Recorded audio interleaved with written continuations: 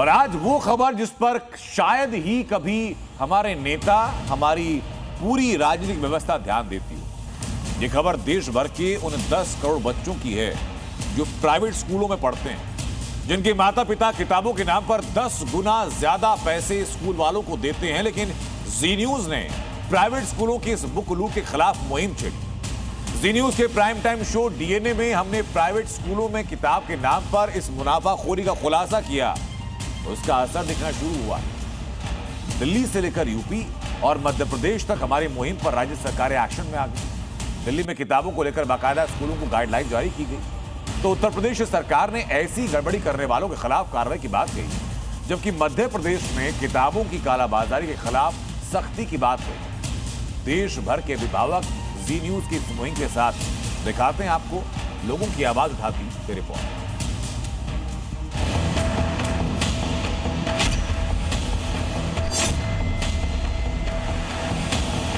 सब कुछ आपको स्कूल के स्टोर से लेना होगा, बाहर से कुछ अलाउड नहीं। ग्लोब क्या चेंज होता है क्या? दुनिया ग्लोब खरीदना पड़ता है। ये स्कूल का हालत है। ये लूट है, ये काला बाजारी है, इस पे कोई एक्शन नहीं होता है।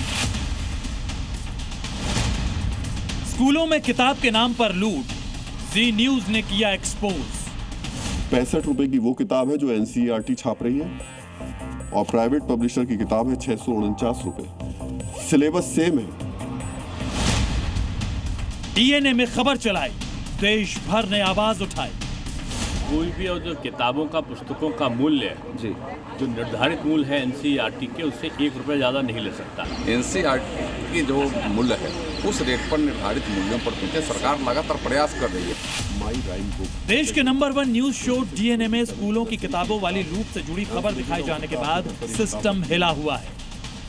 किताबों के दाम में कितना फर्क है इसे जी न्यूज के शो डीएनए में हमने आपको दिखाया कि एनसीईआरटी की एक किताब अगर 65 रुपए में मिल रही है, तो वैसी ही प्राइवेट पब्लिशर की किताब को प्राइवेट स्कूल 650 रुपए में जबरन बेच रहे हैं। किताब है और ये साइंस की किताब है और अभिभावकों को मजबूर होकर इसे खरीदना पड़ रहा है।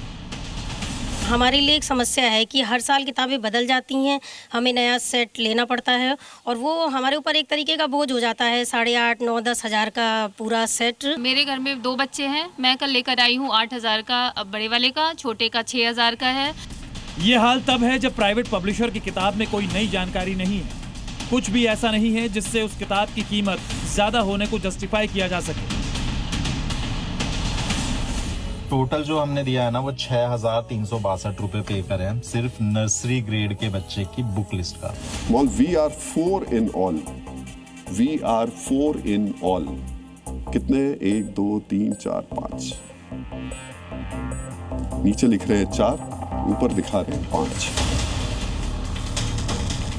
आम लोगों से जुड़ी इस खबर को जी न्यूज ने मुहिम बनाया, जिसका असर एक साथ 3 बड़े राज्यों में दिखा।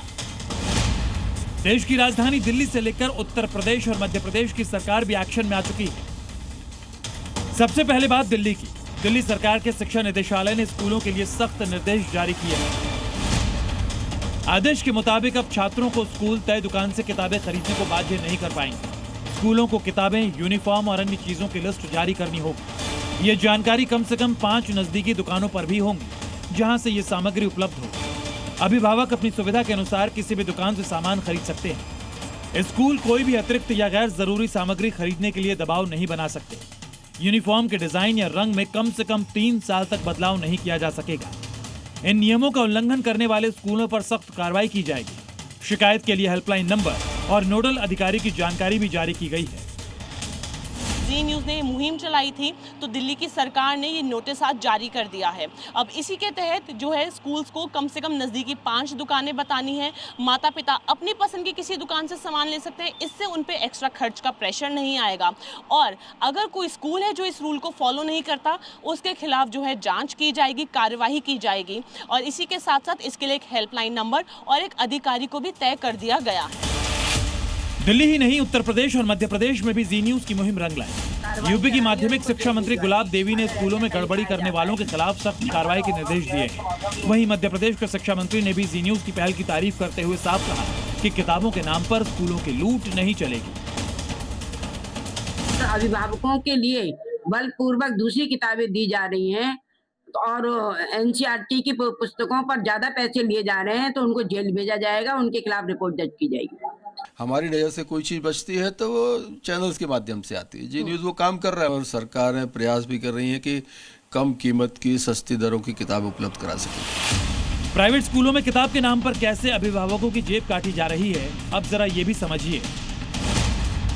सीबीएसई से मान्यता प्राप्त स्कूलों के लिए पहली से 12वीं क्लास तक एनसीईआरटी तय सिलेबस के मुताबिक किताबें प्रकाशित करती है। सरकारी स्कूलों में एनसीईआरटी की किताबें ही पढ़ाई जाती हैं, लेकिन प्राइवेट स्कूलों ने मुनाफे के लिए एक चोर दरवाजा खोज लिया। प्राइवेट स्कूलों में सिलेबस तो एनसीईआरटी का होता है, एनसीईआरटी की किताबों का सेट भी छात्रों को दिया जाता है, लेकिन उसके साथ ही छात्रों को प्राइवेट पब्लिशर्स की किताब भी जबरन थमा दी जाती है। प्राइवेट पब्लिशर्स की किताबें भी एनसीईआरटी के सिलेबस को ही कवर करती हैं, लेकिन इनकी कीमत एनसीईआरटी की किताबों के मुकाबले 10 गुना तक ज्यादा होती है। मगर अब केंद्रीय शिक्षा राज्य मंत्री सुकांता मजूमदार ने स्कूलों में जारी मनमानी की जांच कराने और दोषियों पर कार्रवाई का भरोसा दिया है। दिल्ली में प्राइवेट स्कूलों में 500 का 50 रुपीज का जो बुक है वो 500 में बिक रहा है। ये इसके बारे में क्या बोलेंगे? देखेंगे हम क्या कहाँ से बिक रहा है, उसका इंक्वायरी होगा। दरअसल हमारे देश में करीब 10 करोड़ बच्चे प्राइवेट स्कूल में पढ़ते हैं और प्राइवेट स्कूल वाले किताबों के नाम पर 10 गुना ज्यादा कीमत वसूल कर मुनाफाखोरी कर रहे हैं। मगर जी न्यूज ने अब मुहिम छेड़ दी है कि किताबों की कालाबाजारी नहीं होने देंगे। ब्यूरो रिपोर्ट, जी मीडिया। देश भर के पेरेंट्स का जी न्यूज की इस मुहिम को पूरा सपोर्ट भी मिल रहा है। अभिभावकों ने स्कूलों की इस मनमानी के खिलाफ आवाज बुलंद की और जी न्यूज की पहल की तारीफ की। कई पेरेंट्स हमारे साथ हैं। जब ये 5th-6th में थी उस समय किताब के दाम थे, फीस क्या थी और अभी में क्या अंतर महसूस करेंगे? दिन ब दिन महंगा होता जा रहा है, बुक्स भी बहुत महंगी हो रही है। अच्छा, तो अभी आप बुक्स ही खरीद के ला रहे हैं? हाँ, हाँ। तो पिछले साल जितना खरीदा था उससे अभी उससे थोड़ा ज्यादा ही है। ज्यादा हो गया? हाँ। तो एक बच्चे की बुक्स जो है कितना पड़ जाती है लगभग? एक बच्चे की बुक्स का सिर्फ ऐसे तो 4000 में दिया है, लेकिन हर साल कीमत बढ़ रही है इनकी। अच्छा। वैसे ही बहुत ज़्यादा महंगाई वगैरह बढ़ती जा रही है, कभी वॉर हो रही है, कभी ये हो रहा है, कभी वो हो रहा है, और हर तरीके के पेरेंट्स बुक्स के जो रेट है वो अफोर्ड नहीं कर पाता। हर साल ये एडमिशन फीस वगैरह अपना लेते हैं, एनुअल चार्जेस इंक्रीज़ कर रहे हैं, फीसें बढ़ा रहे हैं, तो हर कोई इस चीज़ को अफोर्ड नहीं कर पाएगा। तो मेरे हिसाब से ये सब नहीं होना चाहिए। ज़्यादातर स्कूलों ने जो बुक्स वितरण भी अपने कंट्रोल में रखा है। एग्जैक्टली। और उसके ज़रिए वो, और उन्होंने ऐसा कर दिया है कि एक ही फॉर्मेट का वो किताब का कॉपी देते हैं जिसको आप बाहर ऐसे नहीं ले सकते, और अपना मनमाना मार्जिन रखते हैं। इस चीज़ को तो फ़ौरन ही बंद करना चाहिए कि भाई आप कहीं से लीजिए, मार्केट है, मार्केट के हिसाब से लीजिए, पेरेंट्स की जेब पे थोड़ा हल्का हो। और स्कूल की फीस भी हर साल बढ़ती है और तो हर चीज़ बढ़ती है। जानबूझ के हर साल सिलेबस भी चेंज कर देते हैं ताकि इन लोगों की पुरानी बुक्स वो जो प्राइस इंक्रीज कर देते हैं। हमेशा सिलेबस चेंज कर देंगे, बुक्स चेंज कर देते हैं। बच्चों के लिए, सरकार के लिए, देश के लिए, सबके लिए एजुकेशन जो है ये रूट है, बेसिक नीड है, तो वो सबको अच्छा मिलना चाहिए। जी न्यूज के ऑपरेशन बुक लूट के बाद बात योगी फोर्स के ऑपरेशन की जो अपराधियों के खिलाफ चलाया जा रहा है। अपराध के खिलाफ जीरो टॉलरेंस और अपराधियों के खिलाफ सीधा एक्शन, यही है उत्तर प्रदेश में नीतियों का असर, जहां कानून से खिलवाड़ करने वालों के लिए कोई जगह नहीं। और इसी के तहत उत्तर प्रदेश में अब उत्तर प्रदेश पुलिस लगातार अपराधियों पर प्रहार कर रही है और आज 50,000 के इनामी के आतंक के चक्र को खत्म किया। उत्तर प्रदेश में कानून व्यवस्था है चुस्त दुरुस्त, क्योंकि उत्तर प्रदेश के अंदर है अपराधी और माफिया फर्स्ट। यूपी में ऑपरेशन खल्लास, कानून से खिलवाड़ नहीं बर्दाश्त। यूपी में आज के दिन पे रूल ऑफ लॉ है, यहाँ के कानून के साथ किसी को खिलवाड़ करने की छूट नहीं है। योगी फोर्स का सिक्सर, अपराधियों की शामत।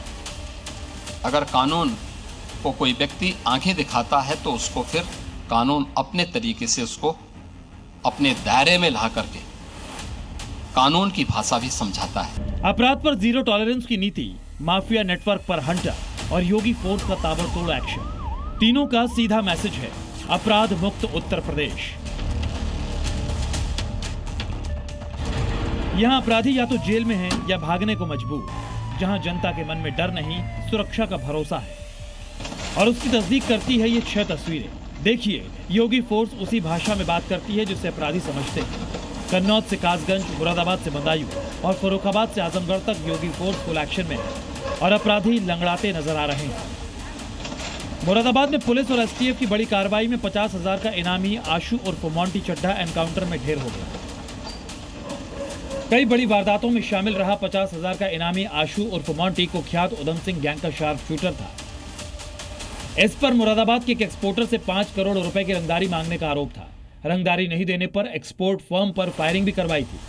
आशु पर हत्या और हत्या के प्रयास जैसे गंभीर मामले मिलाकर 36 आपराधिक मुकदमे दर्ज थे। इसके पास से 3 सोफिस्टिकेटेड वेपन जो कि फैक्ट्री मेड है वो बरामद हुए हैं, जिसमें एक 32 की पिस्टल है, एक रिवॉल्वर है और एक लाइसेंसी बंदूक है। और ये काफी बड़ी संख्या में इसके पास से कारतूस भी बरामद हुए हैं। एक गाड़ी जो इसके द्वारा घटना में उपयोग की गई वो भी मौके से बरामद हुई। वहीं कन्नौज में बच्ची के अपहरण के आरोपी अकील से पुलिस की मुठभेड़ हो गई। जब पुलिस ने अकील को सरेंडर के लिए कहा तो उसने फायरिंग कर दी। जवाबी कार्रवाई में पुलिस ने उसे लंगड़ा बना दिया।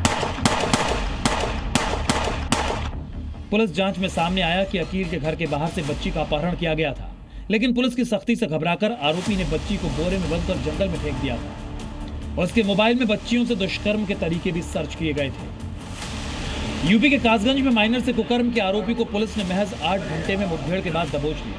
घेराबंदी के दौरान आरोपी अमन ने पुलिस पर फायरिंग की। जवाबी कार्रवाई में उसके पैर में गोली लगी। गिरफ्तारी के बाद उसके पास से अवैध तमंचा और जिंदा कारतूस बरामद हुए हैं। आजमगढ़ में भी योगी फोर्स का एक्शन देखने को मिला, जहां एनकाउंटर के बाद 4 आरोपियों को शिकंजे में लिया गया। एनकाउंटर के दौरान 3 गौ तस्करों को पैर में गोली लगी, जबकि एक हिस्ट्री शीटर को मौके से ही दबोच लिया गया। ब्यूरो रिपोर्ट, जी मीडिया। और अब आपको दिखाते हैं बुलडोजर का जस्टिस मॉडल, जिसके लिए सब समान, चाहे लखनऊ का अवैध मस्जिद हो, सहारनपुर का अवैध मकान हो या खंडवा में मंदिर को लेकर विवाद हो। एक्शन सिर्फ कानून के आधार पर, यानी बुलडोजर अब सख्त सिस्टम का प्रतीक, उसका पर्यायवाची बन चुका है।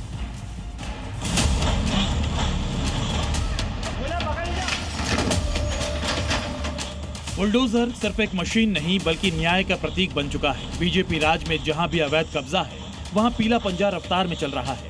ना कोई धर्म, ना कोई जात, बस कानून का सीधा हिसाब। क्योंकि बुलडोजर सिर्फ नक्शा देखता है और कानून का पालन करता है। बुलडोजर के लिए मस्जिद, मंदिर और मकान सब एक समान है। तस्वीरें यूपी की राजधानी लखनऊ की हैं, जहां कोर्ट का आदेश था कि अवैध मस्जिद गिरा दी जाए। तो आदेश का पालन करने के लिए रात के अंधेरे में ही योगी का Baahubali bulldozer full on action में नजर आया और बुलडोजर के ताबड़तोड़ प्रहार से अवैध मस्जिद को जमींदोज कर दिया गया। दरअसल ये मस्जिद बख्शी का तालाब की अस्ती गांव में बनी थी। स्थानीय लोगों का दावा है कि मस्जिद 60 साल पहले बनाई गई थी। प्रशासन का कहना है कि मस्जिद सरकारी जमीन पर कब्जा करके बनी थी। तहसीलदार कोर्ट ने पहले 2025 में मस्जिद हटाने का आदेश दिया था, जिसके खिलाफ मस्जिद पक्ष हाईकोर्ट पहुंचा। हाईकोर्ट ने भी तहसीलदार कोर्ट के आदेश को सही माना और अवैध कब्जे को हटाने का आदेश दिया। और फिर सरकारी जमीन पर बनाई गई अवैध मस्जिद को बुलडोजर की मदद से ध्वस्त कर दिया गया। मस्जिद का निर्माण किया गया था। सुनवाई के दौरान उच्च न्यायालय ने यह पाया कि संबंधित पक्ष जमीन पर अपना कोई वैध अधिकार साबित करने में विफल रहा, जिसके बाद कोर्ट ने निचली आदेश को बरकरार रखने और अवैध कब्जे को हटाने का आदेश दिया था। जिसके बाद स्थानीय प्रशासन जो है वो कल रात से ही यहाँ पर लगातार जो बुलडोजर की कार्रवाई है वो कर रहा है। अब देखिए यूपी के सहारनपुर की तस्वीर। 1, 2, 3, 4, 5, 6 गिनती बढ़ती गई और अवैध मकानों पर पीले पंजे की मार पड़ती गई। सड़क किनारे अतिक्रमण कर जितने मकान बनाए गए थे उस पर बुलडोजर चलता गया। यहां प्रशासन ने अतिक्रमण के खिलाफ बड़ा अभियान चलाते हुए सर्किट हाउस से हसनपुर चुंगी तक बुलडोजर कार्रवाई की। इस दौरान पीएससी बल और कई थानों की पुलिस फोर्स तैनात रही। अभियान में 2 जेसीबी मशीनों की मदद से लगभग 70 छोटे बड़े मकानों से अतिक्रमण हटाया गया। क्या हमने तो रोकने की कोशिश करी उनको, उनको रुके नहीं। 4 तारीख का टाइम दिया था नोटिस में, अब बताओ टाइम भी नहीं दिया, ना कुछ वो करा, एकदम तोड़ के चले गए। तो लोगों को घर से बेघर करे तो लोग कहाँ पे जाएंगे, कहाँ रहेंगे? जब हमें ऐसा करे तो हमें कोई कुछ मुआवजा देना चाहिए। यूपी ही नहीं, बुलडोजर एक्शन की तस्वीर एमपी के खंडवा से भी सामने आई, जहां अतिक्रमण के खिलाफ बुलडोजर फुल स्पीड में दौड़ रहा है। बुलडोजर ने दर्जनों कच्चे पक्के अवैध मकान गिरा दिए। लेकिन इस बीच सड़क किनारे बने एक मंदिर को हटाने की कार्रवाई को लेकर विवाद हो गया। लेकिन प्रशासन ने साफ कर दिया कि सरकारी जमीन पर अतिक्रमण की राह में मंदिर को भी नहीं छोड़ा जाएगा। तो जमीन है जो रेलवेज के आधिपत्य और मालिकाना हक की है, लेकिन कुछ इलाकों पे पहले समय दिया गया था एग्जाम्स तक अतिक्रमण की कार्रवाई नहीं की जाएगी। अब एग्जाम्स का टाइम चूंकि हो गया है, इसलिए रेलवेज ने पुनः कार्रवाई अतिक्रमण रिमूव करने की चालू की है। ये तीनों तस्वीरें तस्दीक करती हैं कि अतिक्रमण के खिलाफ बुलडोजर एक्शन सबके लिए एक समान है, क्योंकि कानून का रक्षक बुलडोजर मंदिर, मस्जिद और मकान नहीं देखता। जो अवैध होता है उसे ध्वस्त कर देता है। लखनऊ से विशाल रघुवंशी के साथ ब्यूरो रिपोर्ट, जी मीडिया। नहीं वहीं यूपी विधानसभा चुनाव 2027 को लेकर के बीजेपी मिशन मोड में है। संगठन से लेकर सत्ता तक हर स्तर पर बड़े बदलाव की तैयारी है। टाइम बेस्ड रोड मैप के जरिए पार्टी अब चुनावी जमीन को मजबूत कर रही है।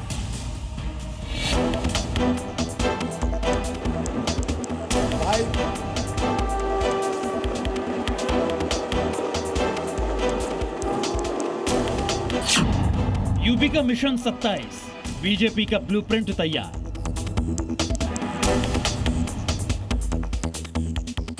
संगठन का कायाकल्प, जीत का हैट्रिक प्लान। यूपी चुनाव 2027 की तैयारी में जुटी बीजेपी के लिए संगठन को मजबूत करना सबसे बड़ा फोकस बन गया है। इसे ध्यान में रखते हुए बीजेपी ने टाइमलाइन तय की है। 15 अप्रैल तक नई प्रदेश टीम की घोषणा की जाएगी। 15 मई तक निगम, बोर्ड और आयोग में राजनयिक नियुक्तियां होंगी और फ्रंटल ऑर्गेनाइजेशन तक संगठन का विस्तार किया जाएगा। उत्तर प्रदेश में बीजेपी ने अपने प्रदेश संगठन की टीम को लेकर डेडलाइन तय कर दी है। 15 अप्रैल तक उत्तर प्रदेश बीजेपी प्रदेश की टीम में बदलाव हो जाएगा। इसके साथ साथ 15 मई तक आयोग, निगम और बोर्ड के तमाम खाली पड़े पदों पर भी समायोजन कर लिया जाएगा। इसको लेकर बीजेपी ने अपनी टाइमलाइन सेट कर दी है। युवा, महिला, किसान, ओबीसी, एससी, एसटी जैसे मोर्चों में नए चेहरों को मौका दिया जाएगा। साथ ही कई नेताओं को संगठन के दूसरे प्रकोष्ठ में शिफ्ट करने की तैयारी भी है। समझ के अनुसार, अपनी जरूरत के अनुसार और कार्यकर्ताओं की क्षमता के अनुसार समायोजन होगा। निश्चित रूप से आगे भी समायोजन होगा, पीछे भी होता रहा, और आयोग या जो भी पद होंगे, संगठन का विस्तार होगा, मंत्री पद मिलेंगे। आने वाले दिनों में योग्यता के अनुसार, जरूरत के अनुसार, पार्टी की कार्य योजना के अनुसार उनको पद मिलेंगे और जल्दी शायद ये सामने आए। उत्तर प्रदेश संगठन में बड़े बदलाव की आहट पहले ही जिला इकाइयों में दिख चुकी है। अब नजर प्रदेश टीम पर है, जहां चुनिंदा चेहरों को छोड़कर ज्यादातर बदलाव संभव है। नई टीम में क्षेत्रीय नेताओं, मोर्चा प्रकोष्ठ और मीडिया विभाग के सक्रिय चेहरों को जगह मिल सकती है। लखनऊ से लेकर दिल्ली तक दर्जनों नेता नई टीम में जगह बनाने के लिए लॉबिंग में जुटे हैं। मौजूदा टीम में प्रदेश उपाध्यक्ष, महामंत्री, मंत्री और विभिन्न पदाधिकारी शामिल हैं। इसमें व्यापक फेरबदल तय माना जा रहा है। साथ ही सभी 6 क्षेत्र के अध्यक्ष भी बदले जाएंगे। इसके अलावा यूपी में लंबे समय से खाली पड़े निगम, आयोग और बोर्ड में भी नियुक्तियों की तैयारी है। दरअसल यूपी चुनाव में अब ज्यादा वक्त नहीं बचा है। माना जा रहा है कि जनवरी से ही चुनावी प्रक्रिया शुरू हो सकती है। ऐसे में करीब 9 महीने के भीतर संगठन को पूरी तरह चुनावी मोड में ढालना चुनौती भी है और प्राथमिकता भी। बीजेपी का पूरा फोकस 2 बड़े फॉर्मूले पर है। पहला फॉर्मूला सामाजिक समीकरण को साधना और दूसरा फॉर्मूला लंबे समय से जमे नेताओं की जगह नए चेहरों को मौका देना। यानी मिशन 27 के लिए बीजेपी अब संगठन और सत्ता दोनों स्तर पर रीसेट करने की तैयारी में है। 2027 चुनाव को लेकर बीजेपी का ब्लूप्रिंट लगभग तैयार है। अब देखना यह होगा कि संगठन में होने वाले ये बड़े बदलाव चुनावी मैदान में कितना असर दिखाते हैं। लखनऊ से विशाल रघुवंशी के साथ ब्यूरो रिपोर्ट, जी मीडिया। के बाद बात बंगाल चुनाव। बीजेपी नेता शुभेंदु अधिकारी ने पश्चिम बंगाल चुनाव के लिए भवानीपुर सीट से नामांकन दाखिल किया। नामांकन से पहले केंद्रीय गृह मंत्री अमित शाह ने पश्चिम बंगाल के भवानीपुर में रोड शो किया और कहा कि टीएमसी को जड़ से खत्म करने, उखाड़ फेंकने और बंगाल की खाड़ी में फेंकना उनका मकसद है।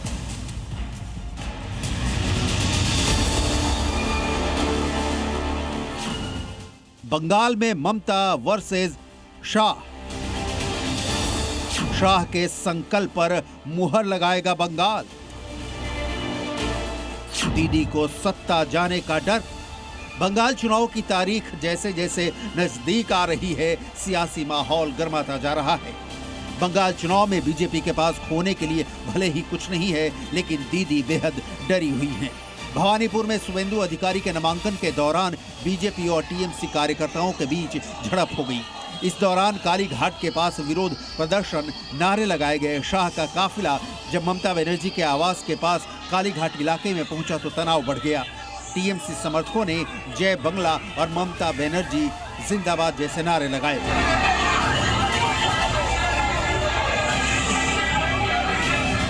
हालात काबू करने के लिए पुलिस ने बैरिकेडिंग की और भीड़ पर कंट्रोल किया। अमित शाह ने कहा कि शुवेंदु अधिकारी नंदीग्राम से चुनाव लड़ना चाहते थे, लेकिन मैंने उनसे कहा कि सिर्फ नंदीग्राम में ही नहीं बल्कि हमें ममता को उनके घर में भी हराना होगा। मुख्यमंत्री ममता बनर्जी पश्चिम बंगाल की भवानीपुर और नंदीग्राम सीट से चुनाव लड़ रही हैं। बीजेपी ने उनके खिलाफ शुवेंदु अधिकारी को दोनों सीटों से मैदान में उतारा है। शाह ने जनता से अपील की है कि टीएमसी को जड़ से उखाड़ फेंकने और उसे बंगाल की खाड़ी में फेंकने के लिए हर किसी को बिना किसी डर के वोट देना चाहिए। पूरा बंगाल ममता बनर्जी को विदाई करने के लिए तैयार है, मगर भवानीपुर वालों, पूरे बंगाल में परिवर्तन करने आपके हाथ में है। ऐसा है, एक एक सीट कर जीतेंगे, 170 सीट तक जाएंगे, तब परिवर्तन होगा, ठीक है ना। इस दौरान बरहमपुर विधानसभा क्षेत्र से कांग्रेस उम्मीदवार अधीर रंजन चौधरी ने भी ममता बनर्जी पर तंज कसा। ममता बनर्जी मुर्शिदाबाद में जितने ज्यादा रुकेगी उतने ज्यादा ही यहाँ दंगा लगने की संभावना बनेगी। इसलिए बेहतर होगी ममता बनर्जी यहाँ से चले जाए, क्योंकि मुर्शिदाबाद में उनकी पार्टी के दोबारा जीतने की कोई संभावना नहीं है। पश्चिम बंगाल में बीजेपी अपने हिंदुत्व वाले एजेंडे के साथ ममता के किले को ध्वस्त करने उतरी है। ममता बनर्जी की हिंदू विरोधी सोच पर हमलावर है और बीजेपी के इस हिट चुनावी एजेंडे ने ममता को डरा दिया है और यही वजह है कि पश्चिम बंगाल में जीत का चौका जड़ने के लिए मुस्लिम वोट बैंक को डराकर अपने पाले में करना ममता की जरूरत भी है और मजबूरी भी। ब्यूरो रिपोर्ट, जी मीडिया। यूपी के बाद बात बंगाल चुनाव। बीजेपी नेता शुवेंदु अधिकारी ने पश्चिम बंगाल चुनाव के लिए भवानीपुर सीट से नामांकन दाखिल किया। नामांकन से पहले केंद्रीय गृह मंत्री अमित शाह ने पश्चिम बंगाल के भवानीपुर में रोड शो किया और कहा कि टीएमसी को जड़ से खत्म करने, उखाड़ फेंकने और बंगाल की खाड़ी में फेंकना उनका मकसद है।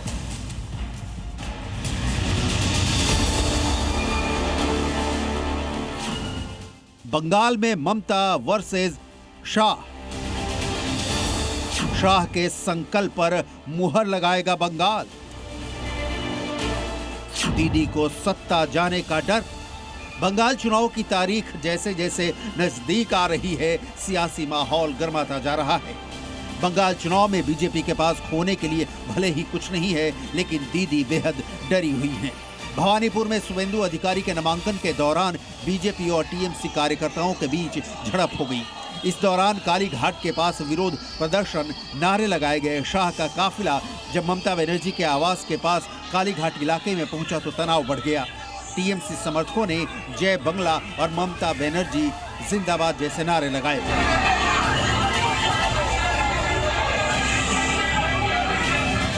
हालात काबू करने के लिए पुलिस ने बैरिकेडिंग की और भीड़ पर कंट्रोल किया। अमित शाह ने कहा कि शुवेंदु अधिकारी नंदीग्राम से चुनाव लड़ना चाहते थे, लेकिन मैंने उनसे कहा कि सिर्फ नंदीग्राम में ही नहीं बल्कि हमें ममता को उनके घर में भी हराना होगा। मुख्यमंत्री ममता बनर्जी पश्चिम बंगाल की भवानीपुर और नंदीग्राम सीट से चुनाव लड़ रही हैं। बीजेपी ने उनके खिलाफ शुवेंदु अधिकारी को दोनों सीटों से मैदान में उतारा है। शाह ने जनता से अपील की है कि टीएमसी को जड़ से उखाड़ फेंकने और उसे बंगाल की खाड़ी में फेंकने के लिए हर किसी को बिना किसी डर के वोट देना चाहिए। पूरा बंगाल ममता बनर्जी को विदाई करने के लिए तैयार है, मगर भवानीपुर वालों, पूरे बंगाल में परिवर्तन करने आपके हाथ में है। ऐसा है, एक एक सीट कर जीतेंगे, 170 सीट तक जाएंगे तब परिवर्तन होगा, ठीक है ना। इस दौरान बरहमपुर विधानसभा क्षेत्र से कांग्रेस उम्मीदवार अधीर रंजन चौधरी ने भी ममता बनर्जी पर तंज कसा। ममता बनर्जी मुर्शिदाबाद में जितने ज्यादा रुकेगी उतने ज्यादा ही यहाँ दंगा लगने की संभावना बनेगी। इसलिए बेहतर होगी ममता बनर्जी यहाँ से चले जाए, क्योंकि मुर्शिदाबाद में उनकी पार्टी के दोबारा जीतने की कोई संभावना नहीं है। पश्चिम बंगाल में बीजेपी अपने हिंदुत्व वाले एजेंडे के साथ ममता के किले को ध्वस्त करने उतरी है। ममता बनर्जी की हिंदू विरोधी सोच पर हमलावर है और बीजेपी के इस हिट चुनावी एजेंडे ने ममता को डरा दिया है और यही वजह है कि पश्चिम बंगाल में जीत का चौका जड़ने के लिए मुस्लिम वोट बैंक को डराकर अपने पाले में करना ममता की जरूरत भी है और मजबूरी भी। ब्यूरो रिपोर्ट, जी मीडिया। इस बीच में पश्चिम बंगाल के मालदा में एसआईआर को लेकर के भड़का विरोध अब उग्र होता जा रहा है। सड़कों पर प्रदर्शन, पुलिस पर हमले और नेशनल हाईवे जाम जैसे हालात ने प्रशासन की चिंता को बढ़ा दिया। मामला निर्वाचन आयोग से लेकर सुप्रीम कोर्ट तक पहुंचा है। इस विरोध के पीछे सिर्फ वोटर लिस्ट का विवाद है या सियासी संग्राम की बड़ी पटकथा, ये ग्राउंड जीरो से आपको समझना होगा।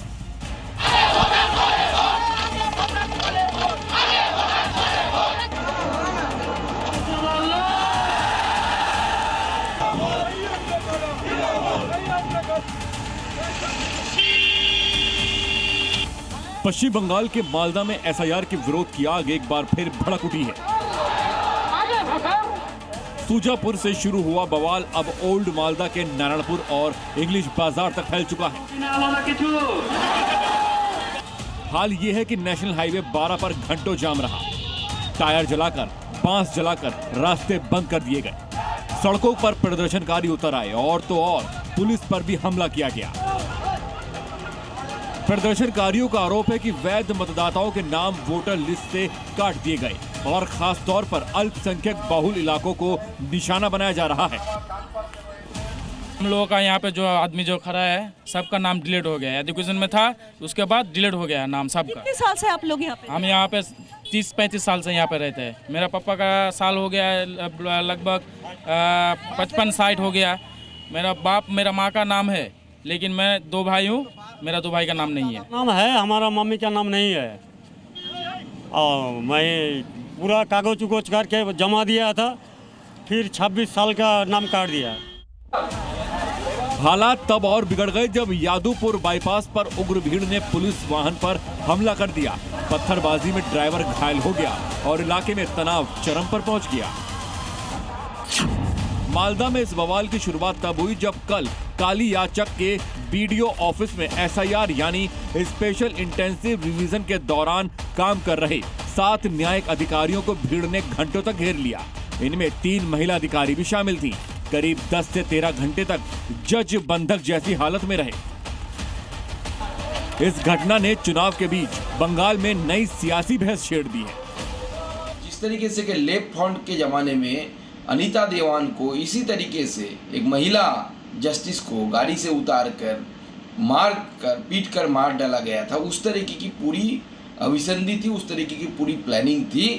देखिए जो सिचुएशन है इसके रिस्पॉन्सिबिलिटी है इलेक्शन कमीशन का। नाम कौन बात दिया? Election commission. लीगल वोटर्स को हैरास कौन किया? Election commission. पुलिस का ये मिडिल ईस्ट में चल रहे बारूदी घमासान में सिर्फ कुछ देश नहीं बल्कि आधी दुनिया से ज्यादा लोग परेशान हैं। वजह है हॉर्मुज और बाब अल मंडेब का वो रास्ता जिससे आधी दुनिया को तेल पहुंचता है। लेकिन लड़ाई की मार से वो ब्लॉक दुनिया में गैस और तेल की किल्लतों को दूर करने के लिए सदियों पुराने एक रास्ते को फिर इस्तेमाल बनाने की तैयारी है। और दुनिया के लिए यह नया समुद्री रास्ता अच्छा भी है और एक उम्मीद भी देता है। इजराइल और अमेरिका की ईरान से अदावत अब परमाणु बम से शिफ्ट होकर तेल पर जा टिकी है। दुनिया के लिए 2 अहम oil gas ship route strait of Hormuz लगभग बंद है और बाब अल मंडेब ब्लॉक होने की कगार पर है। और अब अमेरिकी राष्ट्रपति डोनाल्ड ट्रंप के बयान ने क्लियर कर दिया है कि 35 दिन के युद्ध के फिलहाल थमने की गुंजाइश नहीं है। मिडिल ईस्ट की जंग को लेकर ट्रंप के अड़ियल रवैये ने दुनिया के लिए तेल वाली परेशानी को बढ़ा दिया है। यही वजह है कि न हॉर्मूज न मंडेब नए रूट से तेल की खेप। जहां से आए वास्को डेगामा, अब वहां से तेल आएगा। तैयार जहाजों का नया रूट दुनिया को मिली गुड होप। जी हाँ, हॉर्मूज और लाल सागर में तनाव के बीच तेल जहाज के मालिकों ने सप्लाई का नया रूट खोज लिया है। खाड़ी महायुद्ध के बीच ये नया रूट है cap of Good hope. Cap of Good hope का रूट पुराना मार्ग है। इसका दुनिया के इतिहास में बेहद खास महत्व भी है, लेकिन फिलहाल इस रूट का इस्तेमाल कम हो रहा था। मिडल ईस्ट में जंग भड़कने से पहले तक स्वेज नहर के जरिए तेल दुनिया के बड़े हिस्सों तक पहुंच रहा था, लेकिन स्वेज नहर के एग्जिट पॉइंट पर बाब अल मंडेब और ईरान की तरफ से हॉर्मूज पर तनाव बढ़ने से हालात मुश्किल हो गए हैं। यही वजह है कि अब Cape of Good Hope route पर जहाजों की आवाजाही बढ़ने लगी है। ये रूट महंगा और लंबा है, लेकिन सुरक्षित है और तेल गैस पहुंचाने की गारंटी भी। पिछले कुछ दिनों में इस रूट पर तेल और मालवाहक जहाजों की भीड़ देखी गई है। आपको बता दें कि यही वो समुद्री मार्ग है जिससे होते हुए 1498 में पहली बार वास्को डेगामा भारत पहुंचे थे। ये रूट अटलांटिक महासागर और हिंद महासागर के बीच स्थित है। इसके जरिए मध्य पूर्व अफ्रीका, यूरोप और एशिया में आसानी से जाया जा सकता है। इस रूट से आने जाने वाले जहाजों को ईरान और उसके प्रॉक्सी से कोई खतरा नहीं है और इस रूट में अरब सागर के जरिए आसानी से जहाजों को भारत लाया जा सकता है। तेल और गैस की खेप लाने के लिए कैप रूट को चुनने की एक और वजह देखिए। मिडल ईस्ट में महासंग्राम की वजह से हॉर्मूज में जाम लग गया है। जो तस्वीरें आप टीवी स्क्रीन पर देख रहे हैं, ये वह जहाज हैं जो हॉर्मूज से गुजरने के इंतजार में हैं। दुनिया के अलग अलग देशों में तेल पहुंचाने के लिए ये तमाम जहाज ईरान की परमिशन के इंतजार में हैं। खबरों के मुताबिक हॉर्मूज के आसपास इस वक्त हजारों की संख्या में जहाज खड़े हैं और गल्फ ऑफ ओमान में तो 400 के करीब जहाज हैं। एक ऐसा ही वीडियो प्लेन से भी एक यात्री ने बनाया, जिसने बताया कि हॉर्मूज पर अभी क्या हाल है।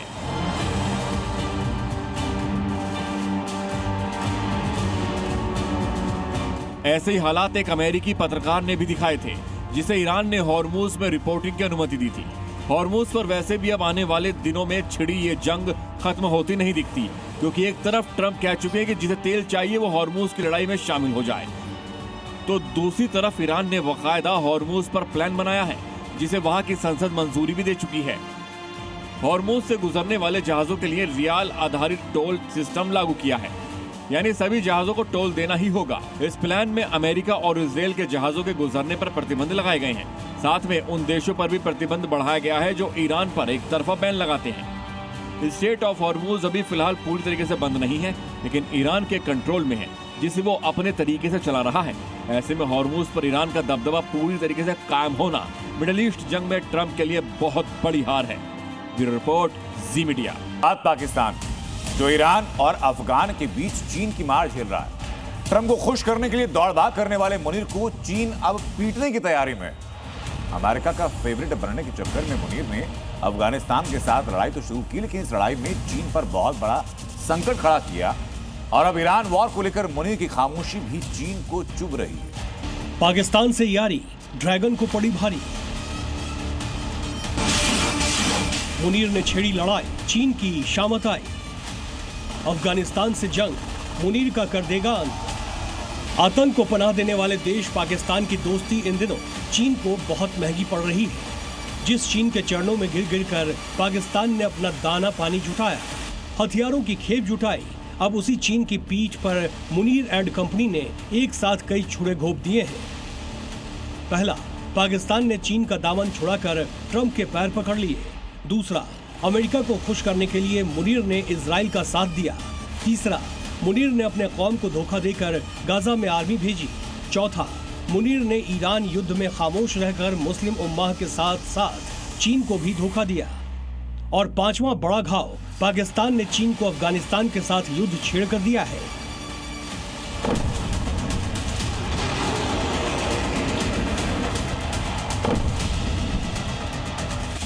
यही वजह है कि चीन पाकिस्तान से खफा है, क्योंकि अफगानिस्तान के साथ शुरू हुई जंग ने चीन को डरा दिया है। जिनपिंग को डर है कि उनका अरबों खरबों डॉलर वाला CPEC प्रोजेक्ट कहीं खंडहर में न बदल जाए। यही वजह है कि चीन मुनीर को बुला बुला कर खरी खोटी सुना रहा है, लेकिन मोटी चमड़ी वाला मुनीर डॉलर के लालच में चीन की सुन भी नहीं रहा। खबर आई है कि चीन के विदेश मंत्री वांग यी ने सीपीईसी प्रोजेक्ट और ग्वादर बंदरगाह को लेकर मुनीर की क्लास लगाई है।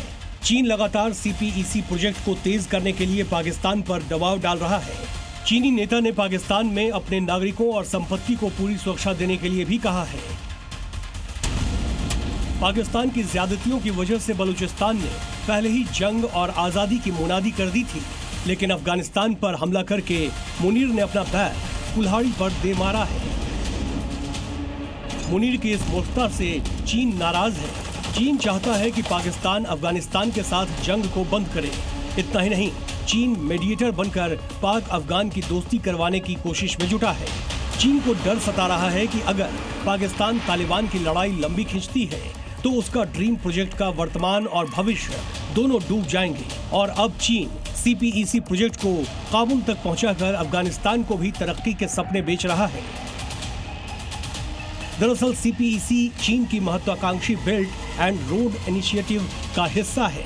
ये लगभग 3000 किलोमीटर लंबी परियोजना है जो पाकिस्तान के ग्वादर बंदरगाह को चीन के शिनजियांग प्रांत से जोड़ता है।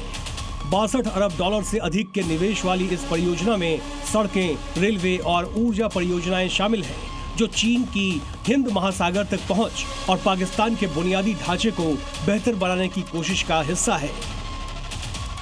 लेकिन पाकिस्तान की हरकतों को देखते हुए चीन का साफ साफ कहना है कि सीपीईसी की ज्यादातर बड़ी परियोजनाएं या तो अधूरी है या नाम मात्र को ही चालू है। चीन को बलूचिस्तान में परियोजनाओं की हालत सबसे ज्यादा खटक रही है। चीन ने यहां तक भी कह दिया है कि ऐसे हालात में सीपीईसी का आर्थिक मतलब ही खत्म हो जाता है। आज की तारीख में ग्वादर बंदरगाह, ग्वादर एयरपोर्ट और सड़क नेटवर्क सब कुछ अधूरा है। ग्वादर पोर्ट अभी तक पूरी तरह से चालू नहीं है। ग्वादर को सुक्कर से जोड़ने वाला M8 हाईवे अब तक अधूरा है और ग्वादर इंटरनेशनल एयरपोर्ट पर न यात्री है और न कार्गो। यही वजह है कि चीन बार बार पाकिस्तान को ये याद दिला रहा है कि सीपीईसी की सिर्फ दोस्ती नहीं, कर्ज भी है और साहूकार हमेशा हिसाब मांगता है। ऐसे में सीपीईसी पर चीन की ये सख्ती सिर्फ चेतावनी नहीं, एक अलार्म है। पाकिस्तान के लिए अब वक्त खत्म हो रहा है और अब भी अगर मुनीर ने अमेरिका और चीन वाली दो नाव की सवारी नहीं रोकी तो पूरे पाकिस्तान को डूबने से कोई नहीं बचा सकता। ब्यूरो रिपोर्ट, जी मीडिया।